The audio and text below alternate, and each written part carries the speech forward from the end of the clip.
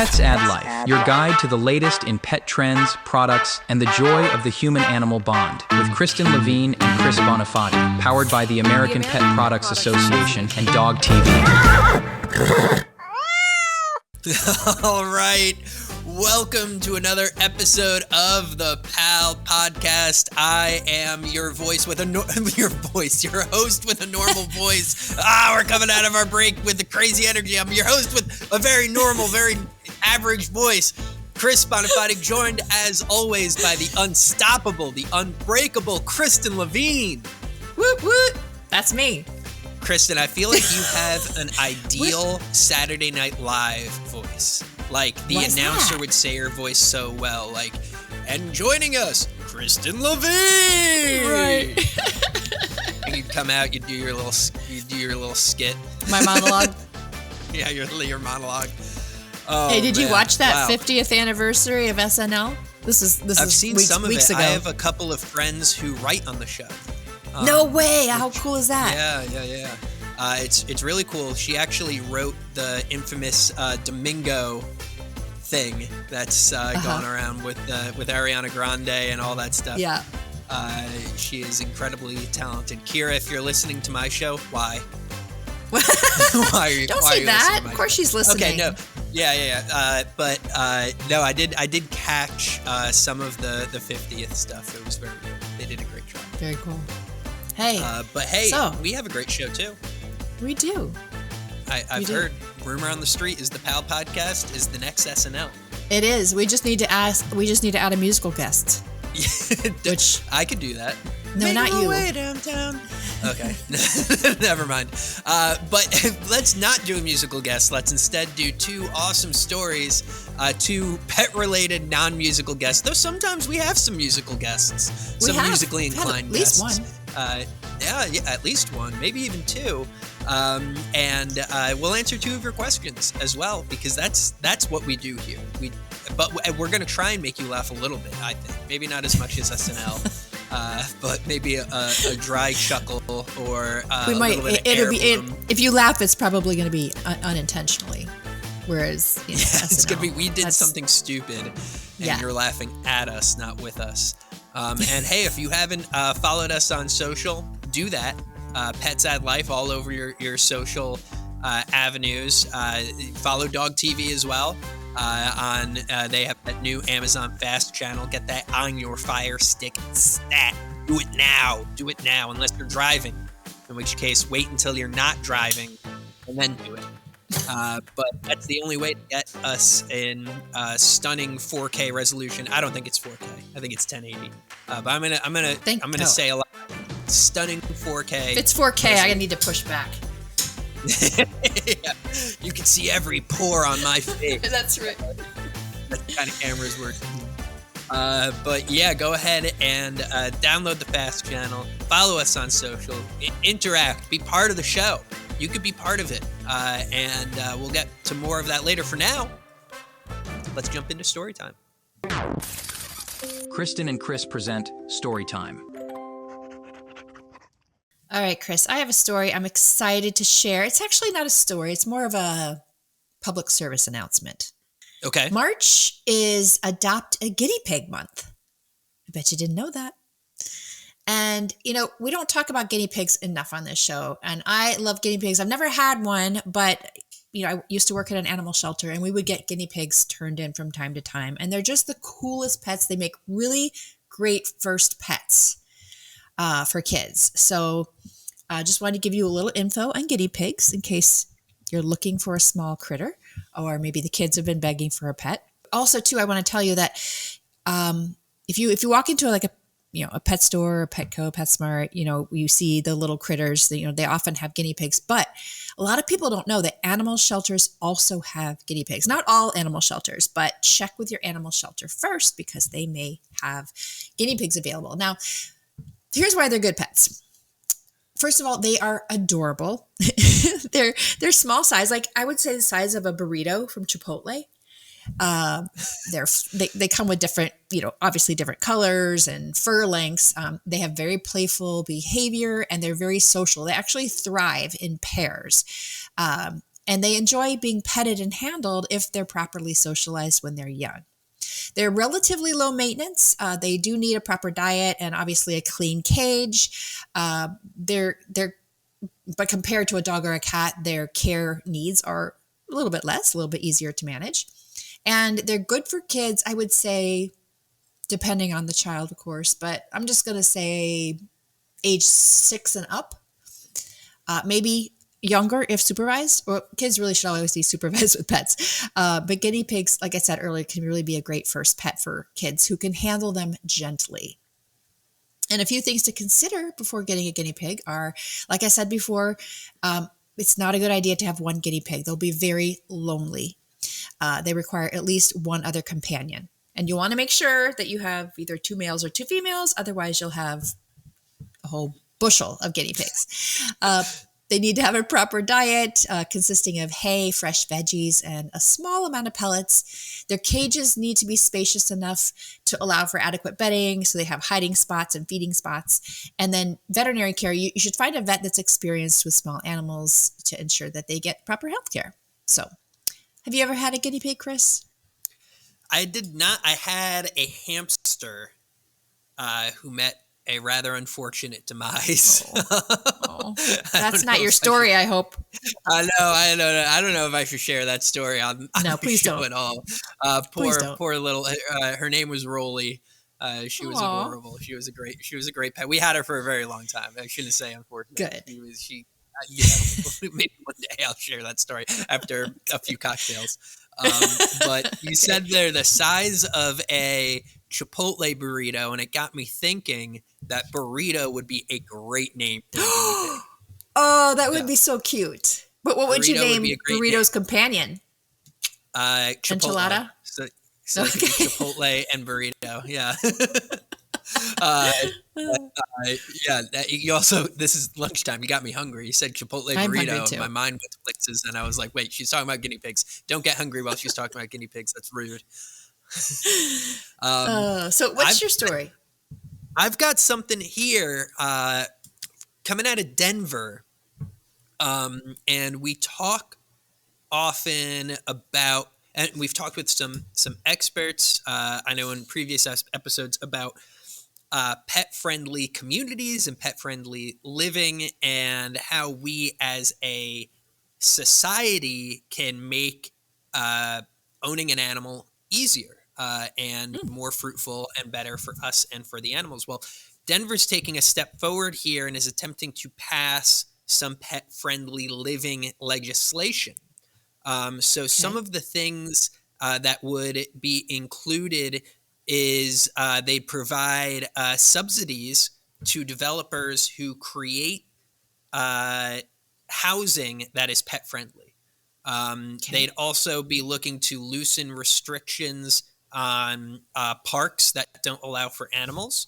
And they're also looking to basically rein in insane overcharges on, premiums for rentals. Anybody who owns a pet in a rental, you're going to be adding a bit to the rent. But those numbers can get incredibly extreme. So they're looking to cap those. So this is kind of what we talk about when we mean like what creates a more pet-friendly community. And it's lowering these barriers so that it's not as daunting. It's not as much of an inconvenience to own an animal. And of course, this isn't going without its fight. I saw this on YouTube. It was a little video segment from a Denver Channel 7. And you go into the YouTube comments, which you never do that. You never go to the YouTube comments. One thing I've learned while having my face on the internet. You don't go into the YouTube comments. But of course, there's plenty of people saying, what about people? You're worried about the dogs. What about people? Yeah. Well, there are people working on people laws too, everybody. Don't worry about it, okay? We've got people working on the people laws. Let's pause and think about animals for a second. This is for people. This is for better lives for people through pets. Yeah. I agree, but there's always going to be there's some Scrooges out there. We need to show them their dog of past, present, and future, and change their hearts. so that they can support such legislation. But I thought it was a cool little local story. But if you see something like this coming in your city, your town, why don't you go ahead and share it with us, and we could highlight it on this show and show our support, because I think it's very important to pay attention to some of the advocacy aspects of animal husbandry and pet ownership. Right. And it's important to highlight those communities and those, cities that are embracing a pet-friendly culture. Beyond the Leash, exploring the untold stories of pet passion and professionalism. Join me in welcoming Dr. Marc Bekoff. He is one of the world's leading experts on animal behavior, cognitive ethology, which is the study of animal minds, and compassionate conservation. As a professor emeritus of ecology and evolutionary biology at the University of Colorado in Boulder, he spent decades researching the emotional and cognitive lives of animals, from wild species to our beloved dogs. Now, Marc has also authored 30 books. He's a busy guy, and worked closely with, get this, Jane Goodall, co-founding ethologist for ethical treatment of animals. His latest book, Dogs Demystified, is in my cart as we speak. It's an A to Z guide to all things canine and explores everything from dog emotions and communication to common myths and scientific discoveries about our four-legged companions. Also, his research has been featured on Nat Geo, BBC, Animal Planet, PBS Nature, CNN, Good Morning America, and now he can say here on the Pets Ad Life podcast. Welcome, Dr. Bekoff. Oh, well, thank you for having me. You're really we're nice, delighted. We are delighted to have me. you. So, the book that I just mentioned, Dogs Demystified, an A to Z guide on all things canine, what inspired you to write this particular book, and what makes it different from other books on dog behavior?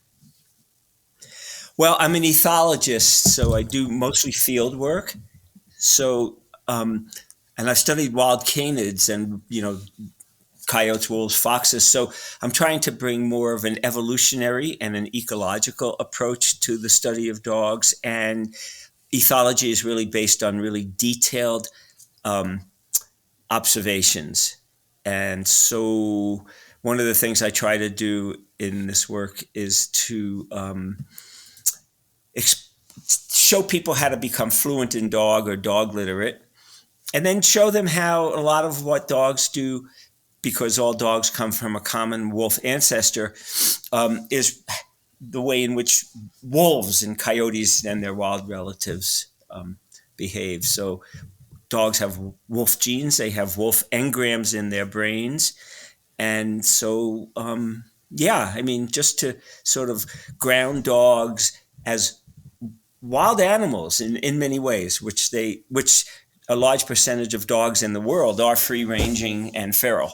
Yeah.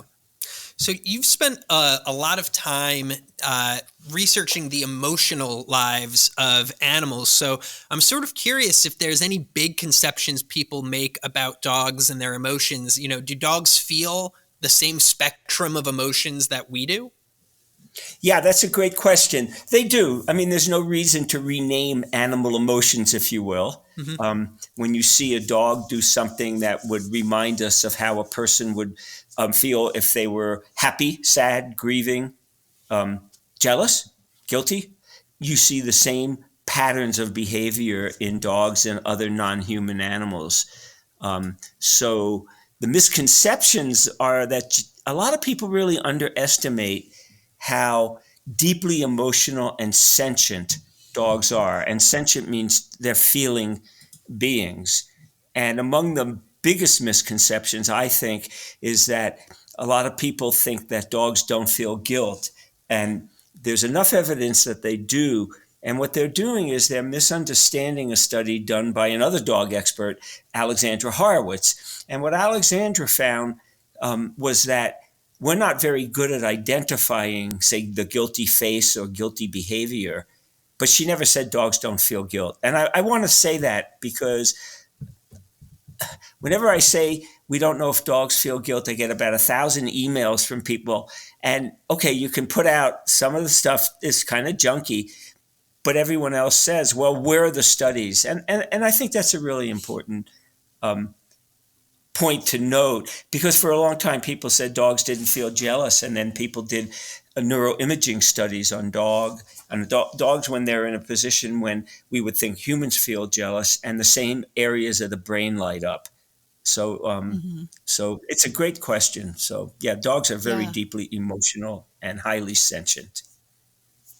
In terms of communication, Dr. Bekoff, dogs communicate in a lot of ways that we as their caretakers don't always recognize. So what are some common body language signals or things that dogs do that are communicating something to us that we're totally missing? Yeah, it's a great question. So dogs, like humans, communicate using visual, auditory, and olfactory signals, odors, sounds, visual stimuli. But one of the things they do really well, we do too, and a lot of animals do, is they form what we call composite signals. They use information from each of the senses.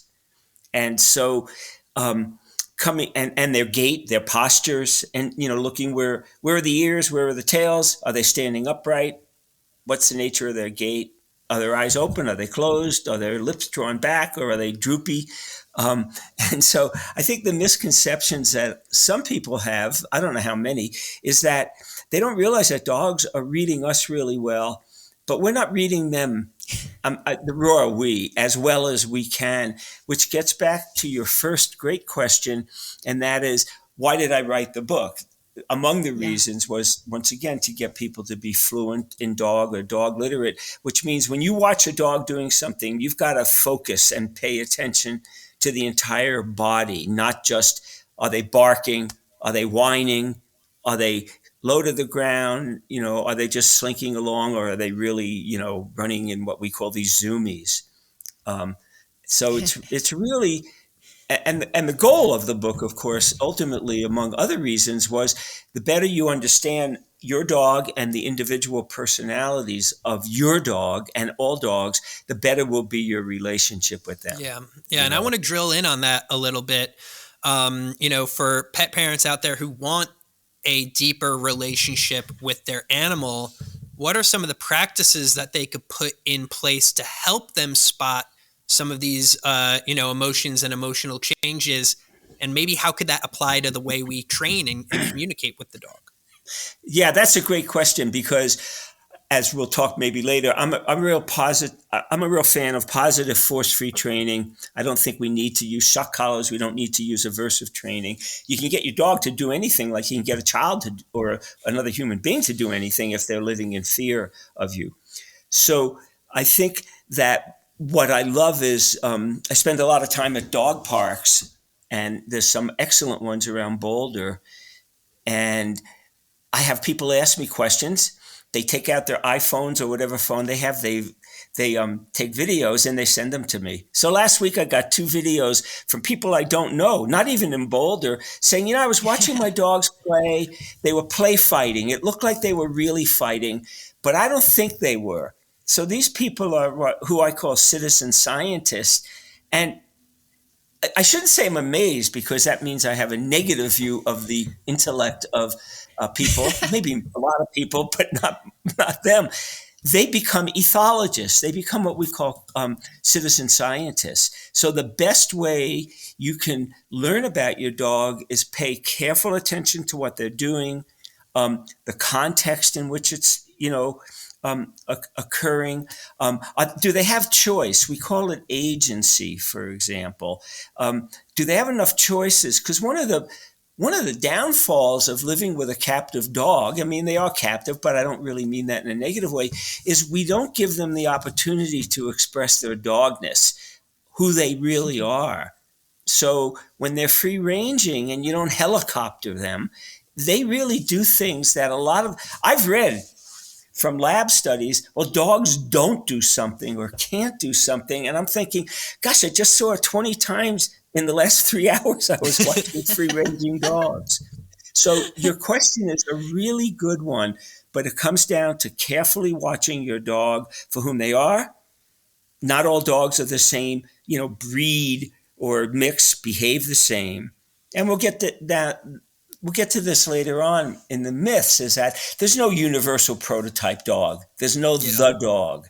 And when people appreciate the individuality of each and every dog, regardless of they're the same breed or mix or whoever they are, they will deepen their relationship with them. Gosh, I could listen to you talk all day, Dr. Bekoff. Well, thank you.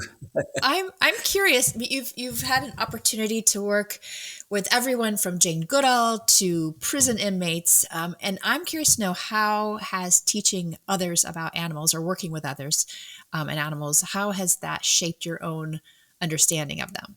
Well, that's a great question. I mean, I love teaching and I love learning, and so I do know a lot about dog behavior, but I can learn a lot more. So when people ask me questions, the biggest danger is when somebody starts and says, I have a stupid question, but there are no stupid questions. And it's the quote, stupid questions that really push you, But, I just listen to people and I learn, and I love watching dogs and other animals. I mean, I don't sit there with a camera necessarily, or even, an iPhone or a pen or pencil. I just watch them. And one of the rules among my students and the postdocs I had when we were doing, we did an 8.5-year study of wild coyotes in Wyoming, was they have to spend a couple of weeks just watching the animals. You can't, at the time I did it, we didn't have iPhones, thank goodness. But, you can't just sit down and start taking data. And so that's what I do at dog parks. When I go, I'll just say, they say, well, what should we do? And I said, watch your dog. It's called focal animal sampling for the scientists who listen. Just watch them for 5 hours. You can't write anything down, and you watch what they do and what happens to them. And then you'll get information about how they respond in different contexts. So I'm still learning. Yeah, I hope. That's when you're a crew master, is when you realize you're a lifelong student and that journey never ends. Yes. I do want to key back in, because you teased a little bit about your philosophy on training. But we do want to hear about your, you said force-free and positive reinforcement. I want to hear more about your philosophies on dog training, since you do come from this more scientific, behavior-based background. Mm-hmm. Yeah, I mean, to me, it's pretty simple. So when I've done a lot of detailed studies in the wild of watching wild coyotes, wolves on occasion, foxes, jackals in Africa, you really realize that for a lot of species, the vast majority of their behavior is what we call pro-social, positively social, or cooperative. Yes, they fight. Yes, they discipline one another, but it's not their predominant way of interacting. So when I think of dog training, and I'm not a trainer, I once had a problem with one of the dogs I rescued, and I called a local woman in Boulder and said, I need your help. And she just started laughing. She said, well, you know dog behavior. And I said, I know, but I don't know how to stop my dog from doing this. So she came up to my house, one or two trials. But what I've really learned from studying wild animals, how they discipline one another, is that like I said before, you can scare an individual into doing anything you want them to do by punishing them. So they may be cooperative, they may listen to you, but they're living in fear and anxiety. They're stressed. So, and I do read the literature a lot, because I do work with some dog trainers in Boulder, but all over the world, actually, the UK and Europe. And I'm convinced by the studies that show that positive force-free training is the best way to get what you want out of your dog, because it stresses that you've got a cooperative, respectful, and a kind, compassionate relationship. It stresses that it's negotiable. It's a two-way street. It's just like an interaction with another human being, where you really want to give them the ability to consent to what you want to do. Do they agree with what you would like them to do? It's two-way. It's ongoing negotiations. But I've lived with enough dogs, although when I lived with dogs, I was in the mountains and they were free running most of the time. except when I wasn't home. I learned that the best relationship, and I think the happiest dogs, like people, are the ones who sense that they have the most freedom to express who they are. They're not living in fear. They're not worrying, oh God, is Mark or Jane or Mary or Harry what are they going to think about this? Right. And I had a situation in the mountains where a neighbor of mine, we lived and the dogs could run free, but there were cougars and bears and foxes and coyotes around. And she had rescued a dog. She wanted the dog to be able to run free. So she bought a buzzing shock collar, but turned it on low. She put it around her own neck. She turned it on, and one trial and her dog never ran away. So I did not necessarily agree with it, but when I wrote about it, I had a good number of trainers, some of whom were not as nice to me as they could have been, to say we could have stopped that behavior using, positive reinforcement. I don't doubt they could. So it's just my experience talking to people who I think are really good trainers, or, dog training is educating and teaching. I mean, that's what it comes down to. Yeah. So the word training has a negative connotation. I'm going to train you to do something. That's where I come from on it. Yeah. Well, Dr. Bekoff, your work is fascinating, and we're so glad that you wrote the book, Dog Demystified. I look forward to reading it. Is it available anywhere books are sold? It sure is. We'll be checking it out for sure. Yes. Doc, thank you so much for taking the time today to join us. My pleasure. Thank you for having me. And absolutely. Hope you enjoy I hope you get better weather. I appreciate that. Thank you so much. Great. This guy puts Chris B, the Science G, to shame. Oh, yeah, he does. He's so interesting. I know we're going to probably have him back, and I already have a question for him. He mentioned zoomies, and I would love for him to explain what's going on in a dog's mind when they're doing zoomies. Ooh, that is a great question. It looks like, man, we're just going to have an awesome guest back on the show. What a shame. That's what a real shame. I'm joined now by Brian Taylor, a.k.a. the Dogfather. It is great to have you here at the Westminster Dog Show. Thank you so much for having me. I appreciate it. I ask off the bat, though, the moniker, the Dogfather, where does it come from?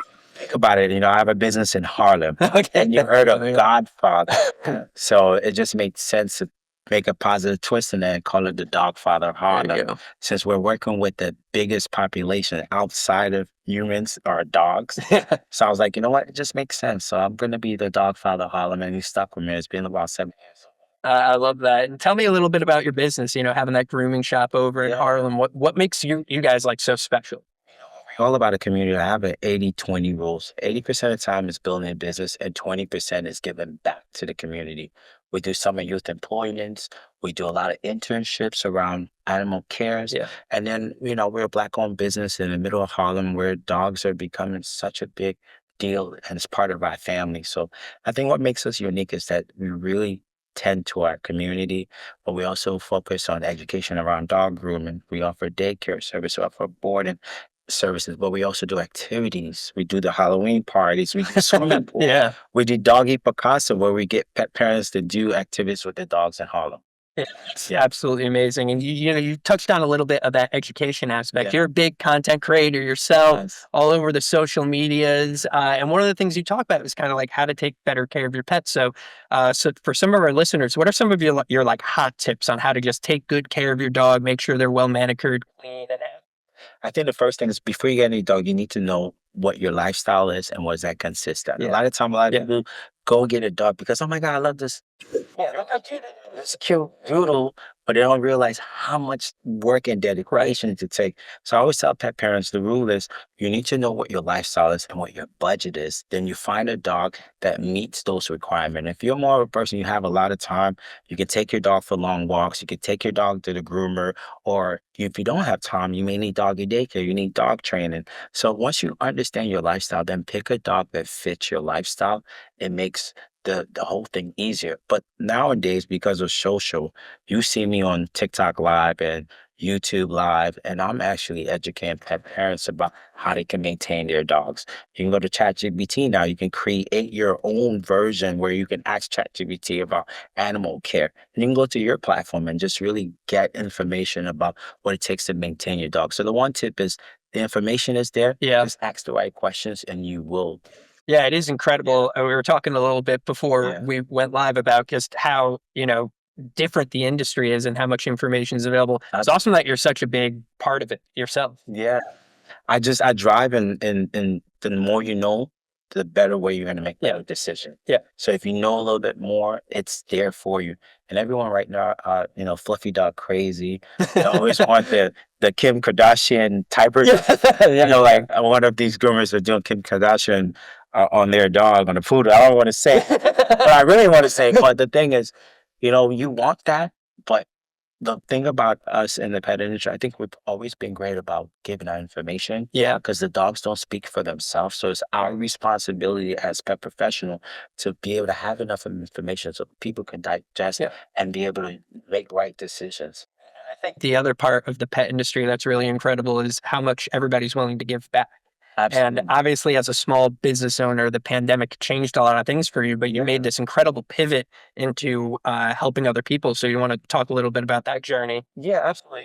Dogs have always been a part of my life. I think the most important thing is that I didn't know what I would have done if I couldn't service animal during the pandemic. Yeah. And in New York, dog was an essential business, so we had to close. I'm like, these people still need their dog room. Yep. Pandemic happened like in April, around that time when things start shutting down. While a lot of pet parents will say, "Oh, my dog, it doesn't need a haircut now because I want to keep him shaggy." So now it's like that's 3-4 months that the dog hasn't been groomed. I was like, I need to find a way to help. So I jumped in my mobile van and I started helping people who really need dog grooming services. Since we're an essential to open up with some masks and some gloves, I was able to do that. And then it just caught on like wildfire. 3 months later, I'm traveling across the country with a bunch of Black groomers, and we offering free grooming services to people in need. And for the last 5 years, we've groomed over 1,800 dogs Wow. to 16 different cities. We've worked with a lot of different pet brands to be able to educate and give back to the community that need a little bit more help. Yeah, now we were talking to reaches extended overseas even. You want to talk about some of the stuff you're doing in Africa? Yeah, so what happened was when they start seeing all the stuff we're doing on TikTok, YouTube, and one day this West African guy called me like, we need help here too. Like, we're grooming dogs. We don't have that much education. Yeah. Can you all come down? So I was able to raise money and through GoFundMe. And 2 years ago, I took a team of groomers to Nigeria and Ghana, and we did workshops on dog grooming. We bought tools. We used Ryan Pets to be able to source out a lot of our tools. And then we used Paragon School to give us the educational resources so that we went out there for 1 month and we held workshops where they got clippers, shears, used clippers, shampoos, where we had about 25 students that learned dog grooming. And we've been working with them for the last 2 years. Yeah, that's amazing. I mean, how good does it feel though when you get that call and somebody's like, "We need your help," and you're like, "Me?" Like, like just little me. Like, it must feel awesome to be able to help so much. Absolutely. I think the one thing that I was like, I want to bring it back to my clients. My clients really love the fact that I have a lot of passion for the pet industry. So I come to them first when I have an idea and I pitch it, and most of them, we'll help you. We'll give this, or we'll ask our company. Once I get that, then I say, okay, great. If that concept worked, let me put it on social. And the social community has grown over the years. So from there, I'm able to formulate things, and then I'm reaching out to sponsors like, hey, we got this thing, we're doing this. How can you help? If you can't give money, can you give us resources? And that way we've been able to be very successful for the last 5 years. That's amazing. I love the fact that you use your platform for stuff like that. But we're coming up on time now. So where can our viewers go to follow your journey, get all that awesome social content? Shout out handle. No worries. So Dogfather of Harlem, it's my personal brand. My business is Harlem Doggy Day Spa, and my nonprofit is Pup Relief Tour. So if you put any of those on Google, you're going to get enough information. And I'm technically always on live, so you're going to find me. So yeah. Right, awesome. Well, that's Brian Taylor, the Dogfather, in the flesh at the Westminster Kennel Club Dog Show. Thanks so much for I do want to say thank you to Westminster too for giving me the opportunity to do a whole access to be able to get behind the scene of how this looked like. And it's so amazing to see how these handlers have worked so hard to compete with these animals. And just to see this side of the industry, it's amazing. It's different, right? Yeah, it's different. But it's been a real treat. The product of the week. Well, listen, hey pals, we've got a really awesome announcement for you all. We've been doing this podcast for a while now, and we've shown you all sorts of great products, brought on all these awesome guests. But little do you know, we don't really collect any sponsorship revenue, and that's got to change because Papa needs a new pair of shoes. So I'm really proud to introduce this awesome new app that they've followed us as a sponsor here. They're going to be providing to us financially, so we really need everybody's help to get this thing off the ground. I think it's a really cool and innovative idea. Kristen, you got to see some of it too. What are your preliminary thoughts without spoiling too much? I love it. This show's all about innovation in pet care, pet products, and this fits the bill. And like Chris said, since they're our first actual financial sponsor of the show, make sure you subscribe and download this. Well, I don't want to give too much away, but participate, because we want them to have a really great experience sponsoring the show, because they're going to be the first of many more. Finding a parking spot for your car is hard, but what about your dog? Where can you park your pup when you're on the go? Introducing Dog Park, the world's first app that finds the perfect parking spot for your dog wherever you go. Need a shady spot outside a cafe, a VIP parking space at a 5-star restaurant, or maybe a little extra luxury with valet barking? Because your dog deserves first-class treatment too. With Dog Park, you'll never have to wonder, where do I park my dog? Again. Download Dog Park today and give your dog the perfect spot, because your dog has spots. Well, Kristen, the best part about this is not only is Dog Park going to be sponsoring us, but I'm actually opening my own line of dog valet. So I'm going to be, all over Manhattan parking dogs because that's what I do. But, I hope everybody enjoyed that little thing, because guess what today is? April Fools! Yeah, it's April Fools! It's April Fools! April Fools. We had to do it. Got to do something. We celebrate all the holidays here. Mother's Day, Christmas, Father's Day, April Fools, Valentine's Day, Thanksgiving. We got it all for you folks. So we hope you enjoyed the absolute madman rantings and ravings of our producer Ron's 3 a.m. fever dreams, which is when that was incepted. And hey, join us every Tuesday for new episodes where we keep it light, fun, but recommend actual real products that you're going to have a use for. And now let's move on to our product of the week. And I got something here, Kristen. You had brought up a fancy version of this bad boy. And it's a cat product. It's one of those cat beds. You brought up a fancy version that was a few hundo. And let's just say that Chris's day job doesn't allow for that level of spending. But I love the idea of a heated cat bed. Because, Tiger deserves to be nice and warm. And right now she's got like a little nest of blankets, and don't worry, she's plenty warm. Okay. Like nobody be like, Chris is freezing his cat out. Doesn't turn the heat on for the cat. I'll show you my utilities bill, and the amount of paying to keep the heat on while I'm out so that the cat is warm. But this is from K&H Pet Products. And this is to Tiger's preferred style of bed. It kind of has bigger walls because she really likes the donut, or kind of like a snake around the edge. Machine washable, removable heater, several different settings, 16 inches. It's going to run you about $50. So that's much better. I can't say that the quality is going to be the same as the very fancy one that Kristen had shared, but I think there's always levels to this stuff. If you see something that's awesome and it's a few $100s. I guarantee you there's a cheaper version somewhere. This one's material probably isn't as nice. The heater is probably going to give out much sooner than the other one. But if you are looking for an alternative, this looks like a great way to go about it. Keep that cat nice and warm, especially if your cat has some arthritis or hip issues and could use that kind of relief. I love it. Did you say the name of it? I'm sorry, I didn't catch it. Yeah, it's by K&H Pet Products, and they call it their Thermo Kitty bed. Thermo Kitty. Sounds like a superhero's animal companion. Thermo Kitty. Thermo Kitty. It's the Human Torch and his new companion, Thermo Kitty.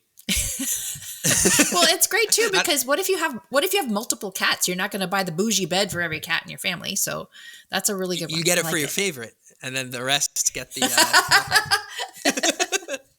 That's how that works, right?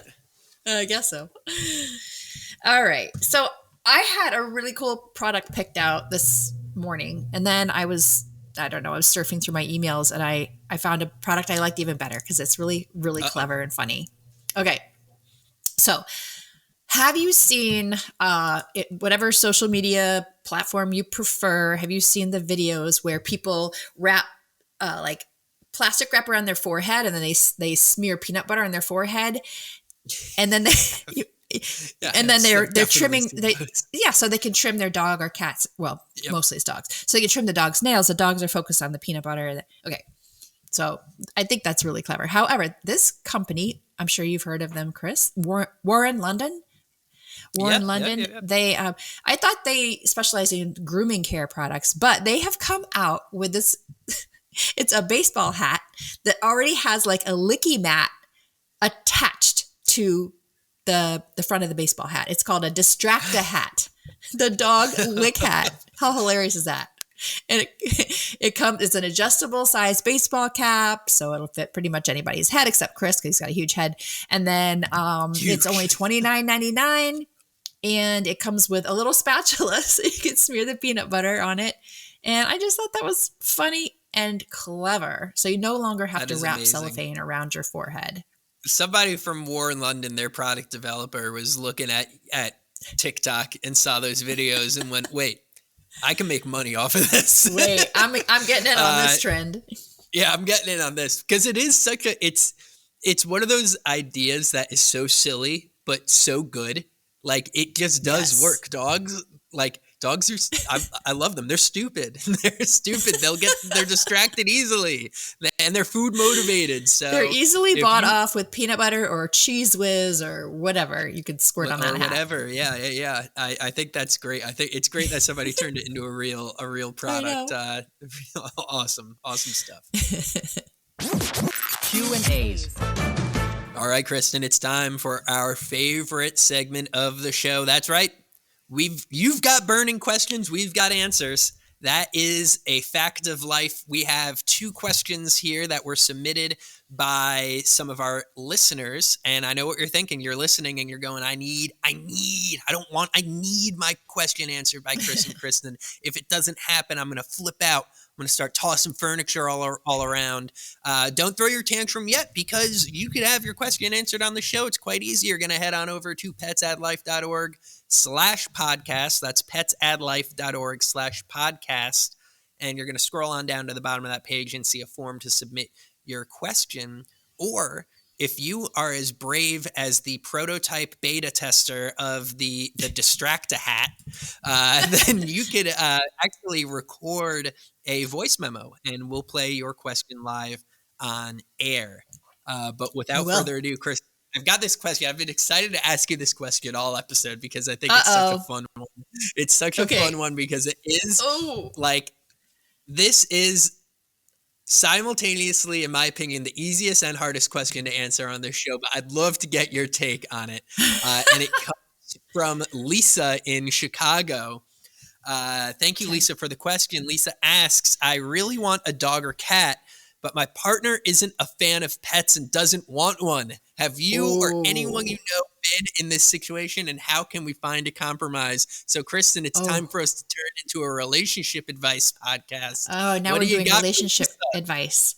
Oh man. I think my first question for you, Lisa, is how long have you been with this partner? How important is the partner? Do you really love this partner? Because that would be a deal breaker for me. Yep. No doubt about it. Yeah. If you're stuck with the partner, in other words, if you do love this partner and you want to keep this relationship together, you may just be SOL. Or here's an idea.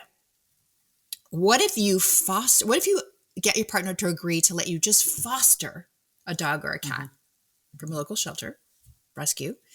And then once that pet gets adopted, that fostering period might be enough time for your partner to see what you're really missing out by not having a pet in the home. Or it might also kind of escalate the disagreement, and then you'll kind of know. I don't know.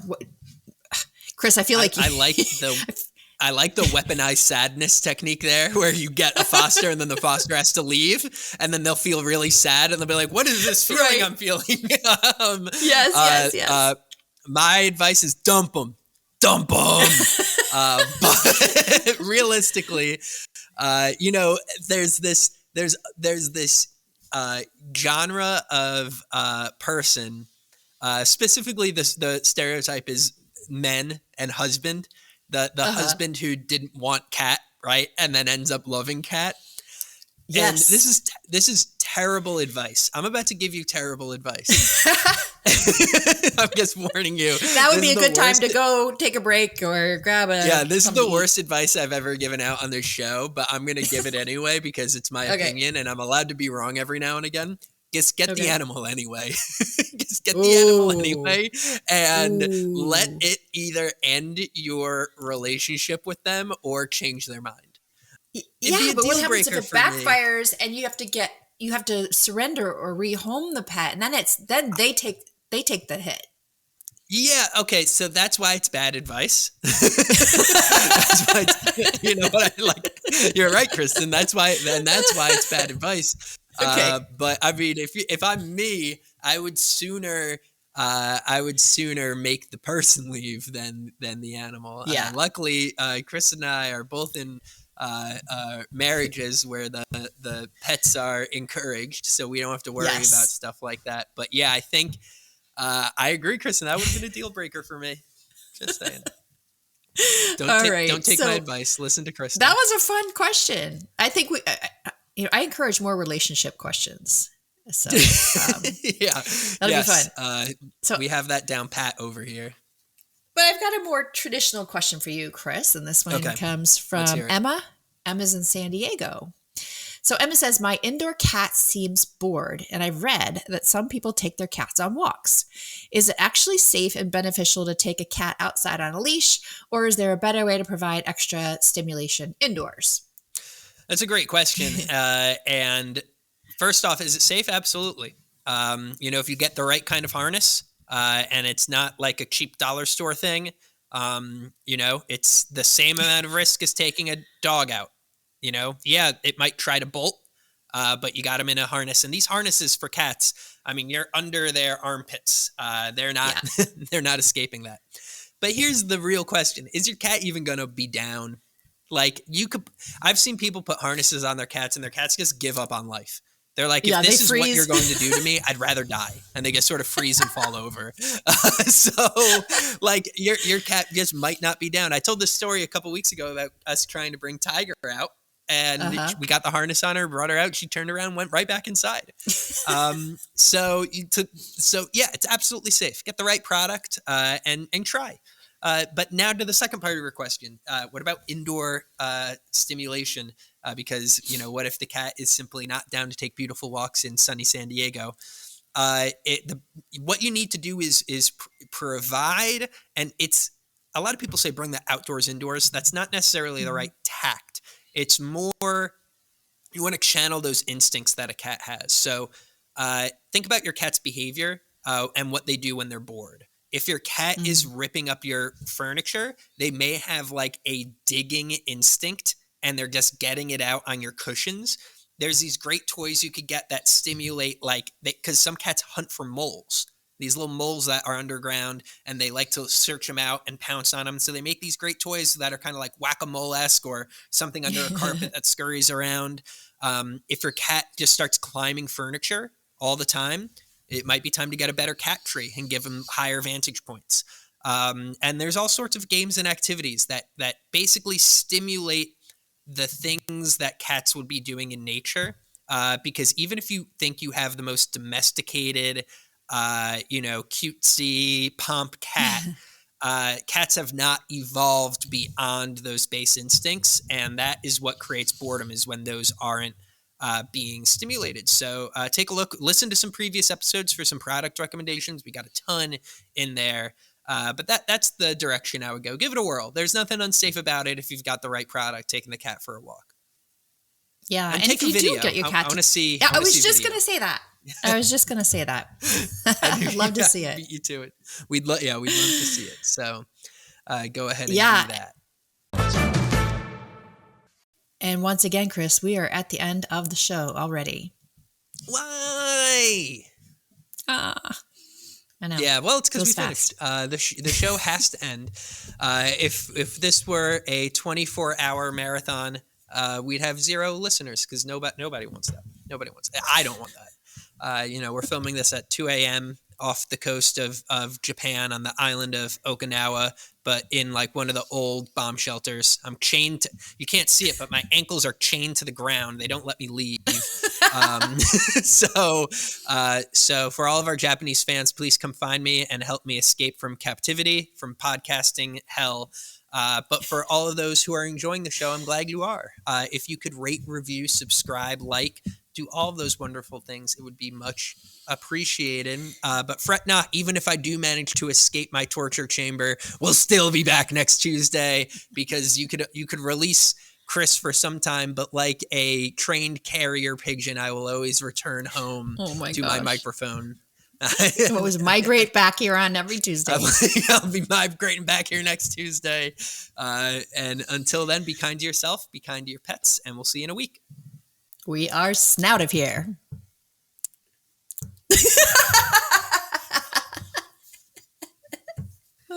We're snout. Pets Add Life, your guide to the latest in pet trends, products, and the joy of the human-animal bond, with Kristen Levine and Chris Bonifati, powered by the American Pet Products Association and DOGTV.